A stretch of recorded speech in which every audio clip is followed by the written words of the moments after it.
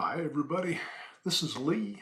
We're going to discuss the monthly support and resistance for the ETF SPY, looking at it for the month of June, and maybe discuss a little bit about the general picture and how it looks.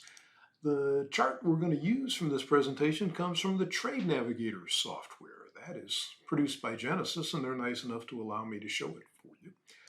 And this is the monthly chart of the SPY, which is the ETF that tracks the 500 biggest stocks on the New York Exchange. And what I use here is just simple moving averages, a 3-period moving average of the highs and a 3-period moving average of the lows. The only thing I do different at all is I display some forward one bar. So as you can see, this is the completed bar for the month of May, and I already know what the values are going to be for June. That's kind of what I base my stuff on. So before we get into exactly what those numbers suggest to us, let's look at the big picture here because I think you have to know that to understand what to anticipate. We had 9 months from the high coming down to this low in October, and that's a 20% move down, so that constitutes a bear market. 7 of the last 13 bear markets in stocks have ended in October. That's an incredible thing. You got 12 months, 7 out of 13 ended in October, an incredibly high percentage. And I really thought there's a good chance that this could be the low of the bear market. It still could be, but the only way it is they have to not take out this low before they take out this high. And they haven't done a whole lot since they made that low, have they? I mean, yeah, they're up off the low. That low looks lonely down there. But this is not impressive at all. This is more sideways than rally. And 9 months down, we're now 7 months up, and we've barely retraced 50% of the move down.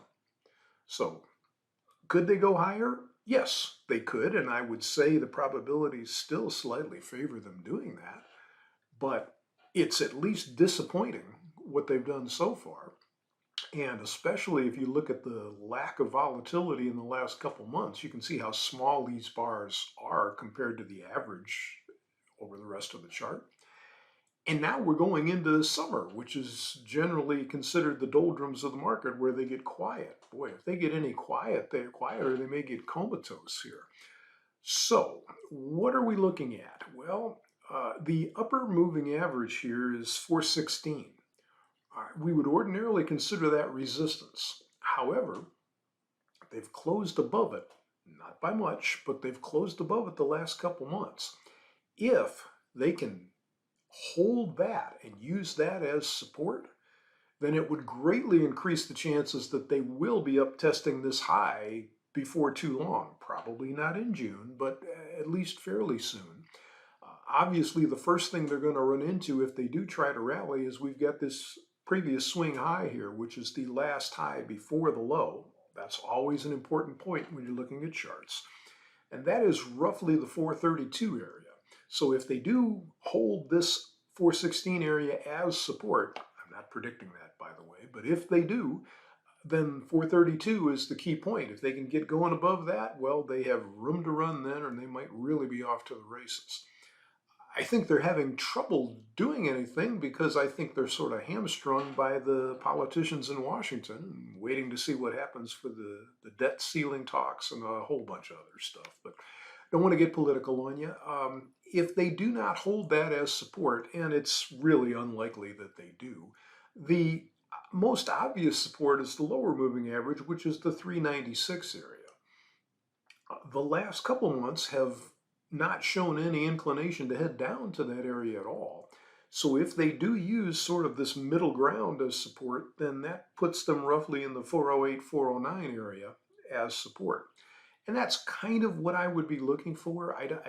Again, we're going to monitor this. If they hold 416 as support, that would be quite a bullish indication. I think the 408, 409 area is probably more likely. And I think a move down to 396 would not be troubling at all. I wouldn't mind seeing them do that.